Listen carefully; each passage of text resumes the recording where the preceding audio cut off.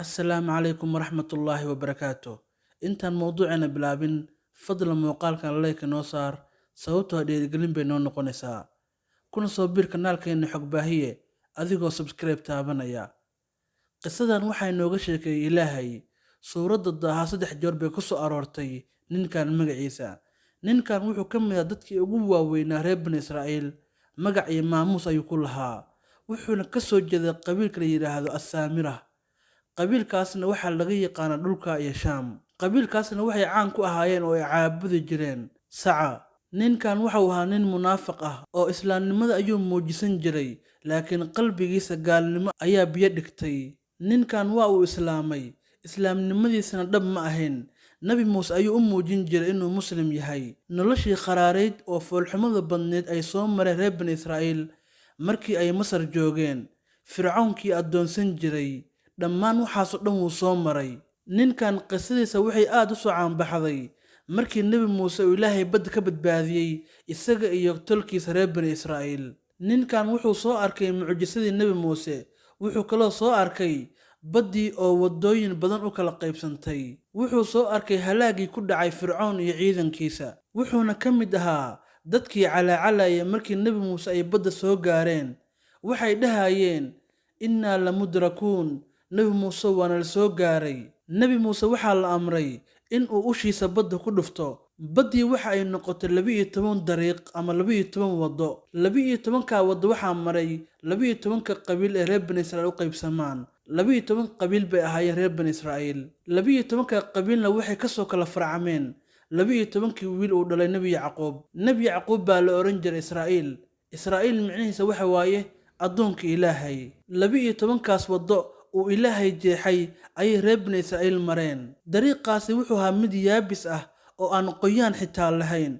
wuxuu Ilaahay leeyahay dariiqan yabisan fil bahr laa takhaafu darakan walaa takhshaa. waa tii Ilaahay u dhahayay dariiqaas xitaa wax cabsiya ma lahan. meesha fircawn lagu halaagay waxaa joogay malakul jibriil oo qof iska soo dhigay. faras buu watay malagan saamiri ee ah ninka qisadiisa aan ka waramayno. faraskii uu malakul jibriil saarnaa, faraskaas meesha uu cagta dhigo cagaar bay noqonaysay. kadib ninkan saamiri wuxuu ogaaday in ninkan faraska saaran uusan bini aadam ahayn, uu malag yahay. meeshii uu faraska cagta dhigay ayuu xoogaa ciidda ka soo qaatay. markii nebi muuse iyo dadkii mu'miniinta ahaa ee raacay ay badbaadeen oo ay badda ka gudbeen, qoomkii fircawn iyo ciidankiisana ay baddii soo galeen oo dhexda ay marayaan, ayuu Ilaahay baddii ku qarqiyey. saamiri wuxuu arkayay qaabkii ay u dhimanayeen fircawn iyo ciidankiisii.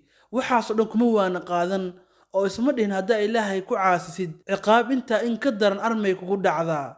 Ilaahay waxa uu leeyahay wa aqraqnaa aala fircawna wa antum tanduruun. fircawn iyo qoomkiisii waan halaagnay idinka oo eegaya. nebi muuse iyo dadkiisii reer bani Israa'iil markii ay tallaabeen waxay arkeen qoom asnaam caabudaya.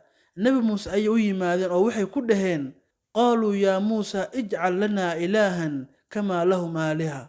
muusow annagana ilaahyo inoo sameey sida ay kuwa kan ilaahyo u leeyihiin. markaas buu nebi muuse ku yidhaahday innakum qawmun tajhaluun, idinku waxaad tihiin dad liita oo jaahiliin ah. nebi muuse waxa uu yidhi aghayra allaahi abqiikum ilaahan wa huwa faddalakum cala alcaalamiin. ma ilaah aan ilaahay ahayn ayaan idin sameeyaa isagoo caalamkao dhan idinka fadlay. waana sax, xilligaa reer bani Israa'iil waxay ahaayeen dadka adduunka oo dhan ugu fadliga badan maadaama nebiyo badan laga soo saaray. ninkii saamiri ahaa wuxuu arkay in reer bani Israa'iil ay doonayaan inay sanab caabudaan. waa uu fekeray sidii uu sanab ugu samayn lahaa. reer bani Israa'iilna waxay ahaayeen dad aad iyo aad u madax adag, eegi maayaan rabbigii soo badbaadiyey kana soo samata bixiyey dhibkii uu ku hayay fircawn iyo ciidankiisa. waa kuwan dhahaya inoo sameey ilaahyo, marka dambe dibi bay caabudi doonaan, marka dambe cunno inoo soo deji bay dhahayaan. cunnadaa markii uu Ilaahay u soo dejiyo cunnadaa macaan, basal iyo wax aan qiimo lahayn baa rabnaa bay dhahayaan. marka dambe waxaa lagu amray inay baytulmaqdis galaan. waxay leeyihiin nebi muusew adiga iyo ilaahaaga baytulmaqdis gala, annaga halkan ayaa sii fadhinaynaaye inna haa hunaa qaaciduun. waxay ahaayeen reer bani Israa'iil dad aad iyo aad u madax adag. ninkii munaafiqa ahaa ee saamiriy weli ciiddii waa uu wataa. ogow nebi muuse reer bani israa'iil wuxuu u sheegay in ilaahay kitaab uu ku soo dejinayo. muddo kadib waxay ku dhaheen, nebi muusew aawi kitaabkiina loo ballanqaaday. nebi muusena waxa uu ku yidhaahday, ilaahay baan baryayaa. ilaahayna waa uu u ballanqaaday. ilaahayna waxa uu nebi muuse u sheegay inuu isku diyaariyay la kulankeena. nebi muuse wuxuu ahaa nebiga keliya ee ilaahay si toosa ula hadli jiray iyagoon malag u dhaxayn. nebi muuse waxaa la amray inuu 30 maalmood soomo. 30kii maalmood waa uu soomay, weliba 10 maalmood oo dheeraad ahna waa ku daray. qowmkiisii reer bani israa'iil waxa uga sii tegay walaalkiis haaruun.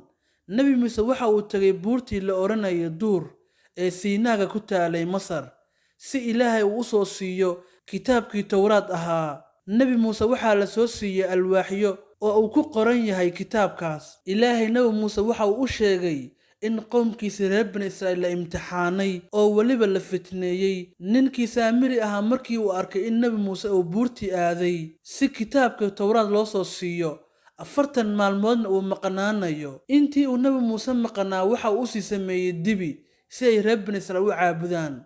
dibigaas sidee loo sameeyey, maxaase laga sameeyey, waa su-aal meesha taala. reer bani israa'iil waxay u yimaadeen dadkii faraaciyiinta ahaa ay is yaqaaneen. waxay ku dhaheen, waxaa rabnaa dahabna siiya. dahabkii baa la soo siiyey. xilligaa reer bani israa'iil dahabka xaaraan buu ka ahaa, wayna ogyihiin in xaaraan yahay. markay ciiddii dhammaysteen waxay dhaheen, dahabka soo aruuriya oo guba. ninkii saamiri ahaa dahabkii buu soo aruuriyey. waxa uu ka sameeyey dibi, waa uuna taagay. dibigaasi aad iyo aad buu u qurux badnaa. ninkaas saamiri ahna wuxuu ahaa nin farsamo yaqaan ah. kadibna waxa uu soo qaatay ciiddii uu haystay markii badda laga soo badbaadinaya reer bani israa'iil. dibigii buu ku daadiyey, kadib dibigii waa uu ciyey. culimmada qaarna waxay dhahaan dibigaas dhanka dabeesha buu u jeediyey. markaas dabeesha ka galaysay afka waxayna ka baxaysay xagga dambe. halkaa waxaa ka samaysmayo cod. reer bani israa'iil waxay la yaabeen dibigan qaabka uu u sameeyey. sujuud bay la dhaceen, wayna caabudeen. markuu dibiga ciyaba way u sujuudayeen. markaas buu ku yidhaahday ninkii saamiri ah reer bani israa'iil, haadaa ilaahukum wa ilaahu muusa fanasiya. kan waa ilaahiina iyo ilaahay nebi muuse. wuu ilaaway nebi muuse, iska tegayba wuu ilaaway. ilaahiina waaba kan buu yidhi. ilaahay waxa uu yidhi, wa ushribuu fii quluubihim alcijla. jacaylka dibiga ayaa qalbigooda ka buuxsamay.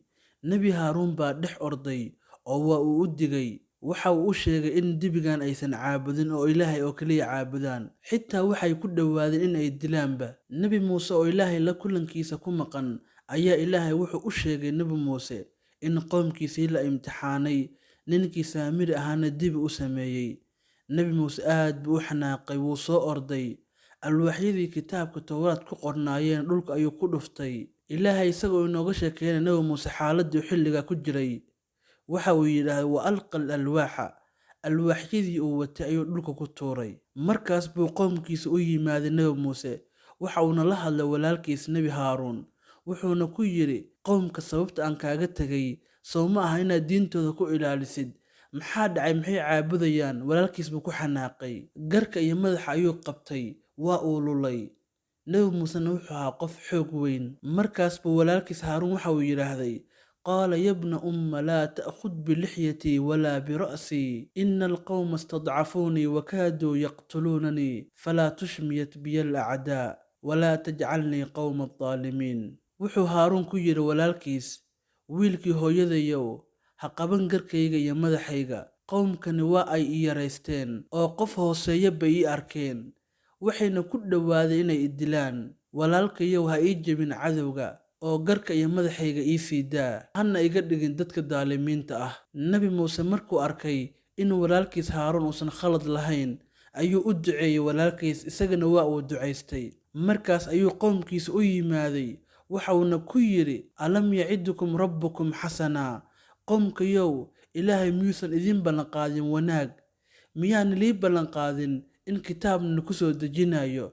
miyaana lii ballanqaadin janno iyo khayr oo dhan? afadaala calaykum alcahdu am aradtum an yaxilla calaykum ghadabun min rabbikum. qowmkiisi aad buu ula hadlay. markii aan idinka tegay miyaa ii daba maraysaan? markaas ayay qowmkii waxay ku dhaheen, qaaluu maa akhlafnaa mawcidaka bimalkina walaakin xumilnaa awsaaran min ziinati alqowm faqadafnaaha fakadaalika alqa saamiriy. Waxay nebi muuse u sheegeen in uu lumiye ninkaa saamiri ah. Dahabkii intuu saamiri aruuriyey ayuu dibiga ka sameeyey. Nebi muuse waa uu sii daayey oo wuxuu u tegay ninkii saamiri ahaa. waxa uu ku yidhi, saamiriyow maxaa ku helay oo maxaad qoomka u lumisay?